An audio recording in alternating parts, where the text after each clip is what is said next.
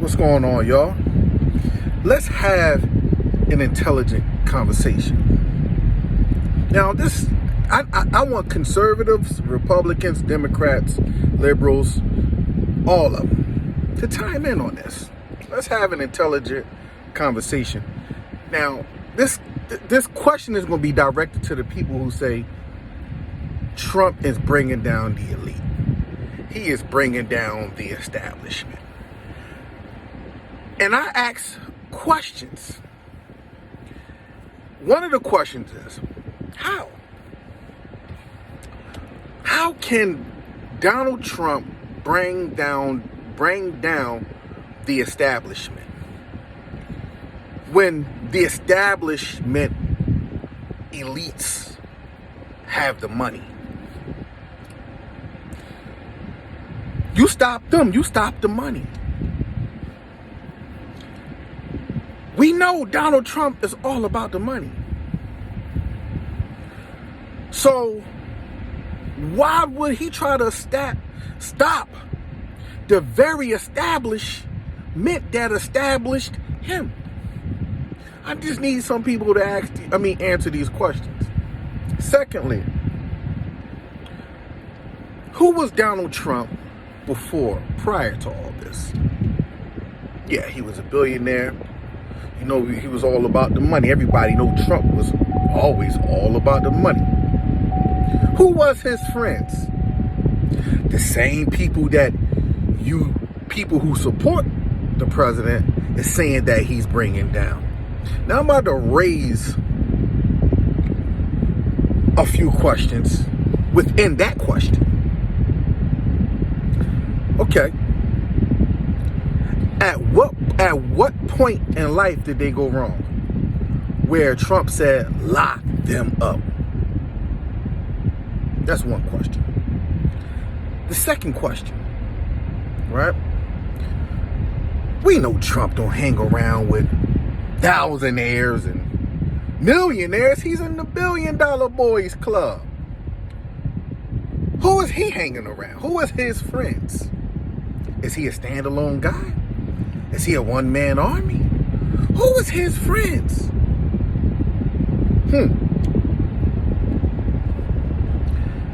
Answer that question. See, we're looking at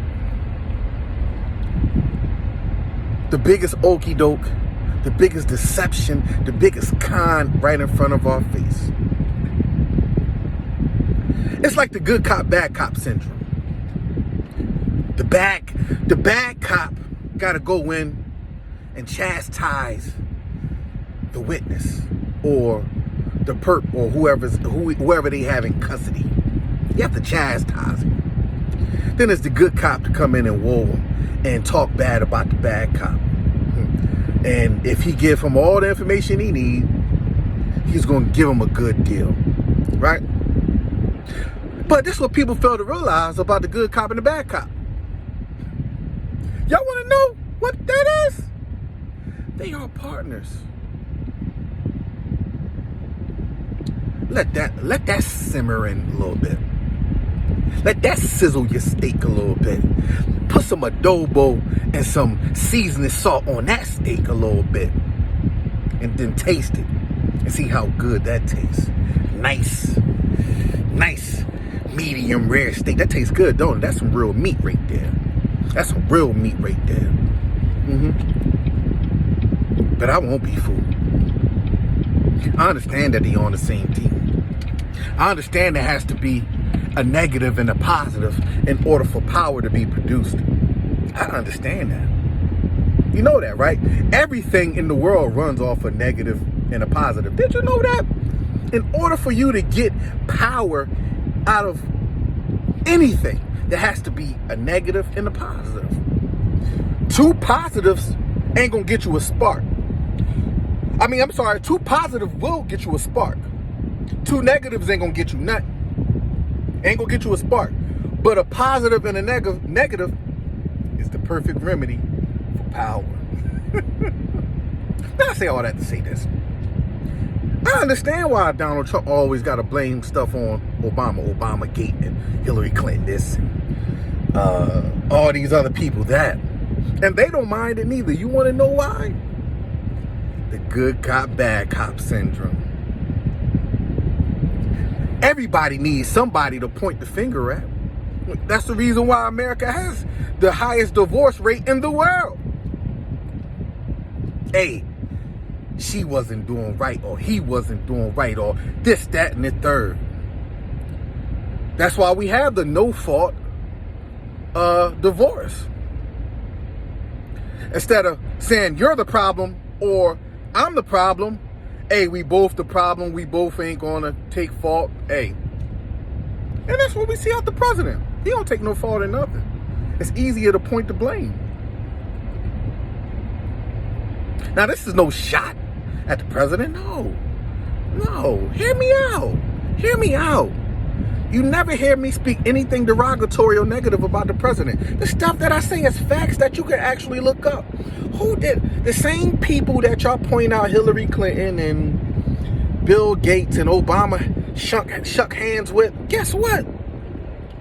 Trump shook hands with them same people and rubbed shoulders with them same people and did business with them same people and invested with those same people and donated to their campaigns. Come on. Talk to me, y'all. Talk to me. Sometimes we have to sit back and analyze a situation and stop reacting so quick. At what point did Hillary Clinton and Donald Trump go wrong, and the Clintons and the Trumps go wrong as friends after having a 40-year friendship? At the time he started running for president? Because before that, you ain't hear nothing about Trump saying lock her up, or any one of those people he's saying now, lock them up. Now, if you say, oh, well, he had to wait to become president, then now that's how, let me tell you how crazy that sounds. If you're against oppression or against people who commit crimes and treason and all that stuff, you're going to speak up way before you become a leader. I've been talking about injustice since the 90s. Since I was a teenager, I understood what was going on, and I used my voice before I even had a platform. Before I even had a platform to do so. I have a history, and people can validate and verify that history of me standing up and sticking up for injustices and oppression. And I'm only 39. Donald Trump and the rest of these guys got years on me. Come on, man. We need to get back to rational thinking. Rational thinking. And just sit back and analyze, well, wait, am I being duped? Are you being duped? Are you? You really think that Donald Trump is for you? When you don't have no history of being there for you? Do you really believe that? Do you believe any of these politicians are really there for you? They only come around in the impoverished neighborhoods when it's time to vote. They ain't been where they been. Where any of these politicians be when it's not voting season? Come on, y'all gotta snap out of it. I say, only Christ Jesus saves. I look forward to a greater kingdom. Because guess what? You can't bring down these elites. It's too many of them. It's way too many of them. It's too much money in this world. The money is what governs people's actions. Don't you know that? Come on. And then I hear people say, well,